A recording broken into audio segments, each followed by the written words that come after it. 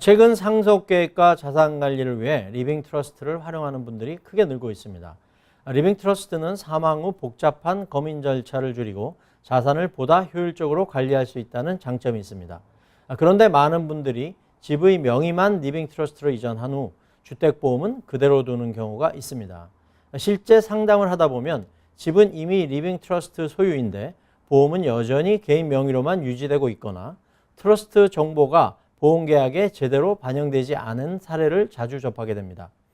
주택보험에서 가장 중요한 항목 중 하나는 기명 피보험자, 네임드 인슈어드입니다. 보험금 지급과 각종 권리관계는 이 항목을 기준으로 결정됩니다. 따라서 집을 리빙 트러스트로 이전했다면 보험회사에도 반드시 알려야 하며 보험증권에 트러스트 정보가 정확하게 반영되어 있는지 확인하는 것이 중요합니다. 여기서 중요한 점은 보험사마다 처리 방식이 다를 수 있다는 것입니다. 어떤 보험사는 개인 이름을 유지하면서 트러스트를 추가하는 방식을 사용하고 어떤 보험사는 별도의 트러스트 배설을 통해 처리하기도 합니다.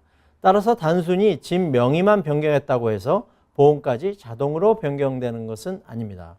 특히 부동산 소유자가 리빙 트러스트로 변경되었음에도 보험회사에 이를 알리지 않으면 사고 발생 시 추가 서류 제출이나 소유권 확인 절차가 필요할 수 있습니다. 대부분의 경우 보험금 지급이 거절되는 것은 아니지만 클레임 처리가 지연되거나 예상치 못한 행정 절차가 발생할 수 있습니다. 또한 리빙 트러스트에는 수탁자, 즉 트러스티가 존재합니다. 수탁자는 트러스트를 대신하여 법적인 결정을 내리고 각종 서류에 서명하는 역할을 합니다. 이때 보험에서 사용하는 항목 중 하나가 바로 베스팅입니다. 베스팅은 해당 부동산에 대해 법적인 권한을 행사하는 사람이 누구인지를 표시하는 항목이라고 이해하시면 됩니다.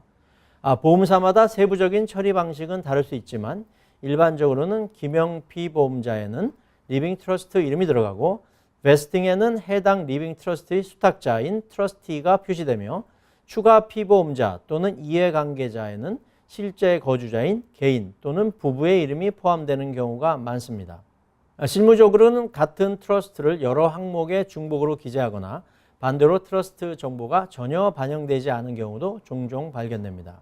따라서 리빙 트러스트를 설립한 경우에는 현재 보험증권의 소유 구조가 적절하게 반영되어 있는지 확인해 보는 것이 좋습니다. 또한 사고가 발생하면 보험회사는 실제 소유 구조와 수탁자 정보를 확인하기 위해 트러스트 관련 서류를 요청할 수 있습니다. 따라서 리빙 트러스트를 설립한 후에는 관련 서류를 잘 보관해 두는 것이 중요합니다. 리빙 트러스트는 단순히 집 명의를 바꾸는 절차가 아니라 자산관리 계획의 일부입니다. 따라서 부동산 등기만 확인할 것이 아니라 주택보험까지 함께 점검하여 소유 구조가 정확하게 반영되어 있는지 확인하는 것이 중요합니다. 몇 분의 점검이 사고 발생 후 수주 또는 수개월의 불필요한 지연을 예방할 수도 있습니다. 보험은 가입하는 것보다 사고가 발생했을 때 제대로 보장받는 것이 더 중요하겠습니다.